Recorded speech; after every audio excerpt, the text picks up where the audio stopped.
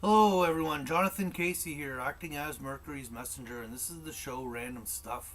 Thanks for joining me. So, today I want to talk a little bit about the age of Aquarius, uh, Uranus changing signs here into Taurus, um, and to just kind of give a peek into our future.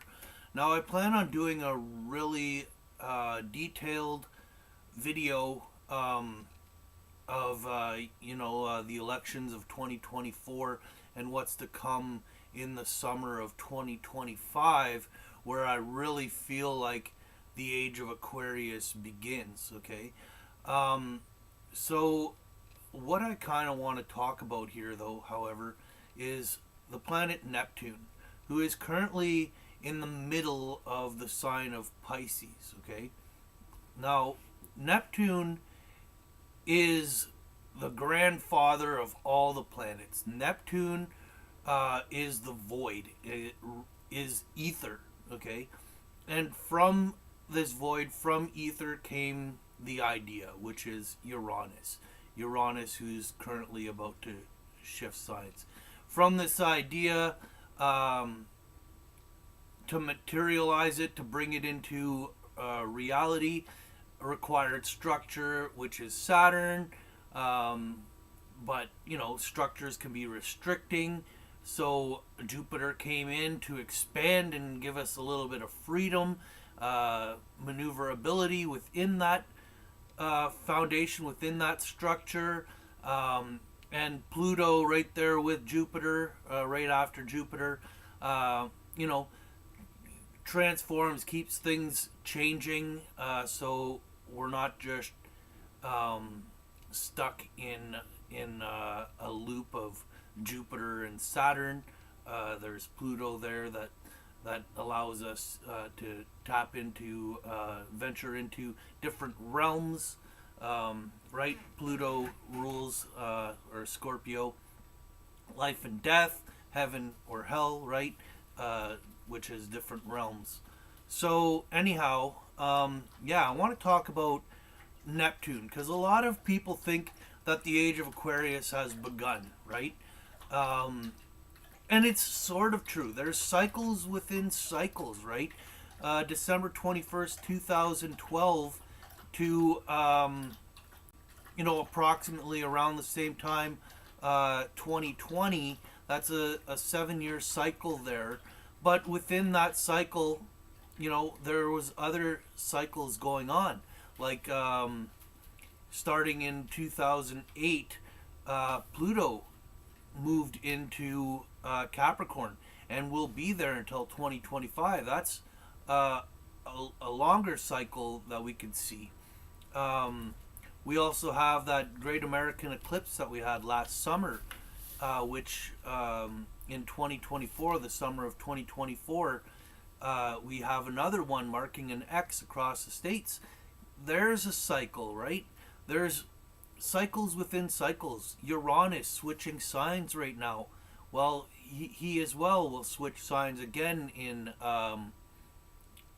I think he switches signs in 2024, but retrogrades and uh, stays into his next sign, where he'll continue on moving forward in late summer of 2025, early fall. So Neptune, Neptune to me is who we really have to pay attention to um, on this whole age of Aquarius, the beginning of a new reality. Because right now Neptune is in Pisces. Neptune rules Pisces right in the center. Pisces is about our emotions, but also our uh, illusions and delusions. It is also our dreams, however. But, you know, um, we get emotionally attached to certain ideas, and these ideas may be that illusion, that delusion um, that we suffer from. Like politically we may take a side on something because that side has some kind of emotional um, influence on our morality or whatnot, and so we're not looking at the full picture honestly. We're looking at the picture from how our emotions feel about it, and that's what Neptune is. Okay, or what Neptune in Pisces is still doing. So it's not until 2024. Here, let me go to the chart. Sorry, it's not until 2025. Sorry, late August. It's eclipse season. I'm gonna do a big video on that. But right now, I have the chart set for sometime, I believe, in the summer of 2024, where Neptune stations at the final degrees of Pisces, where he retrogrades. So, in 2024, when this is the chart's set for July, which is a couple months after the Great American Eclipse, which will be shocking and transformative on its own. I'd imagine. I really haven't looked at where it's gonna fall on the charts yet. Nonetheless, here, let's just go to the chart and take a look. Okay, so here we are, July of 2024. I have it on July 1st. Oh, interesting. I didn't even realize that I had it on July 1st. Well, I guess in Canada, July 1st is the holiday, but July 4th in the States. Anyways, we have Neptune here right at the very end of Pisces, right? And if I move ahead one day, oops, let's get rid of that. One day, Neptune retrogrades, turns backwards. So we're at that last degree here of our illusions of being able to recognize and whatnot, but we're not ready yet. There's still some things that we have to deal with in these last degrees before we can move forward. Okay, now next in 2025 in August, both Saturn and Neptune will move into Aries together. I believe they will be at the very beginning of Aries in eclipse season. I can't recall if Saturn passed it and retrogrades back to that point or not. I don't know why I really added that in this video, but we could see here Neptune is squaring Black Moon Lilith in the sign of relationships and balance. So our shadow, something we're not facing in relationships, something that we're afraid of possibly in relationships. We're not fully ready to trust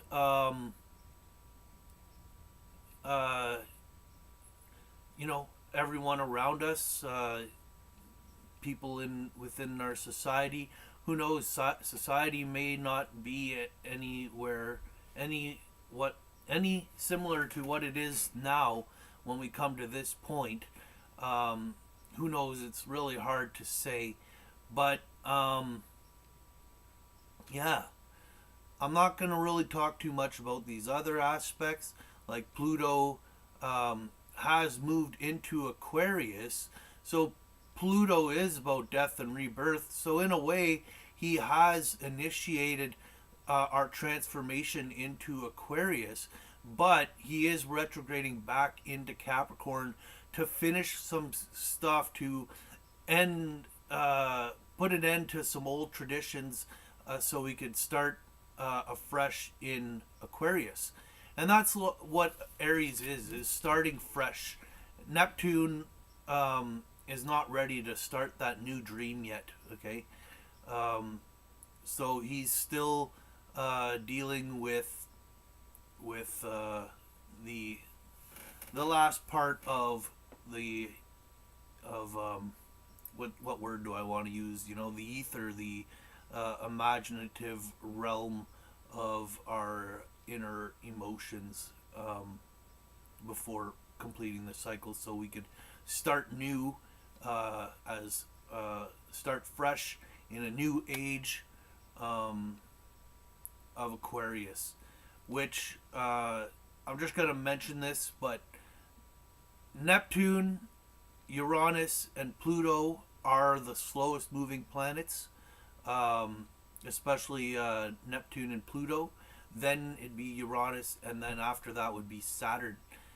And in the summer of 2025, late August, during eclipse season, all these guys will be at the first degree of new signs, which the first and last degrees are the most powerful. We're dealing with the last degrees right now with Uranus in Taurus, and you know, a lot's bubbling up for people. Uranus here we can see is at the opposite end of Taurus, and in 2025 even we got a new moon at the first degrees of Virgo, which is pretty cool as well. But I'm talking right now about 2024. Hey, look, I just noticed this cool little star pattern on this chart, which is kind of cool. I'm not going to dive too much into it, which is kind of interesting because there's a pyramid here too. And in 2025, this is almost opposite. The pyramid's on this side while the star is in this little part. And that doesn't really say anything to you guys, and I really haven't dove into this chart a whole lot to analyze it all, but I just noticed the cool pattern. I like seeing patterns like that. Maybe I'll look more into this chart and read it fully later. But yeah, you know, Neptune. Until Neptune moves into Aries, until he finishes the cycle, because Pisces is the last sign, Aries is the first sign.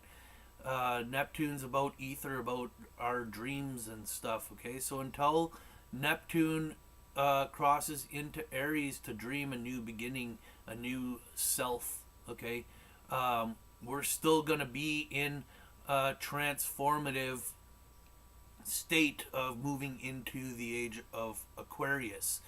And like I said, you know, they're all going to be in sync. All the slow moving planets are all going to move into the first degrees of signs, all in late August. And that's when we could expect, you know, Pluto will be at the first degree of Aquarius. So Pluto transforming our communities and large groups of people, okay, and how we innovatively do things or look at things, okay, while Saturn and Neptune are at the first degrees of Aries. So Saturn, very realistic dreams of a new beginning of self and for us all, while Uranus will be at the first degrees of Gemini, which is, you know, shocking the duality, changing how we think and our environment. It's also a very technological advanced combination where we're gonna probably reach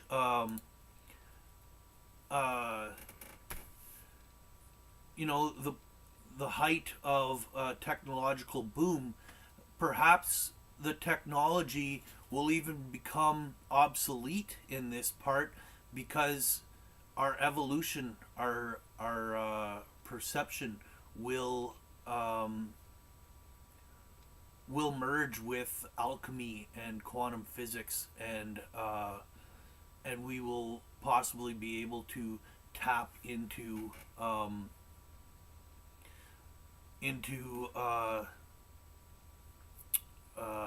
telepathy and different aspects like that. Who knows? Really, it's speculation, but it's a very possible. I would almost even feel probable scenario.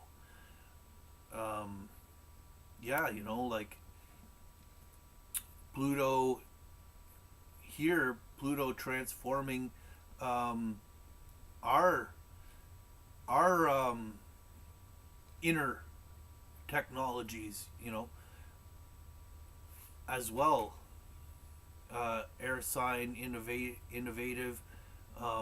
So who knows, But yeah, for a lot of people who are expecting the age of Aquarius and everything to be start being perfect and whatnot, it really all depends on where you're emotionally attached. If you're, because we're all not seeing things clear. Okay, we're all still kind of in a fog. We don't know where we're going yet. None of us. We some people can kind of have a good idea what the future may hold and look like, but really none of us for sure know. Okay. And while Neptune is in Pisces, well, there'll be some of us who can already start making a transformation, moving ahead. Those who are in sync with nature and the cosmos and the whole thing, who's flowing with reality in a way. And you have to be grounded, but you also have to be putting in your creative energy, because currently, the node is in Leo, which is about creating and courage, and leadership. Okay, so that's definitely very important. Okay, and here in 2024, our node is in Aries, so it is about starting to initiate that new self and initiate that new beginning. But we're not fully ready, like we're activating that. We're moving towards that, but the node still has quite a distance here before he enters into the next sign. So there's a lot of work to do in regards to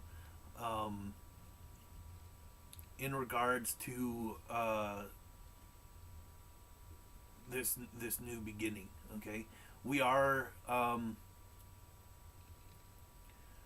we're in a stage of it. We're in a window. We're in a cycle within a cycle within a cycle. Okay, of building, of starting to put the pieces together to build this foundation with all the Capricorn energy going on right now, with Saturn and Pluto in Capricorn, and they'll be there until Saturn and Pluto will be there till 2020, but Pluto basically will be affiliated with Capricorn until 2025, even though in this chart he is in Aquarius, he is in retrograde, moving back. Okay, so yeah, that's my video today. Okay, I hope you guys enjoyed that. I hope you guys are learning even a little bit of astrology, or how it works, or even not jumping to any conclusions based on current transits and whatnot. I really learned December 21st, 2012. I was into astrology then, but I didn't know it like I do now, and I just expected some big shift to happen then. When nothing happened, it really made me, rethink my reality and whatnot. Because really, I knew about 2012 for 25 years. I speculated about its coming and its transformation, and I honestly was devastated when nothing happened. Um, but to me, it was a calling. It was a point of awakening, a calling to look deeper into uh, the cosmos and really start to understand the cycles and the flows uh, going on within reality. So that's my video today. Um, yeah, I don't know when I'm gonna get to this big video that I want to do. I kind of feel like I want to do it before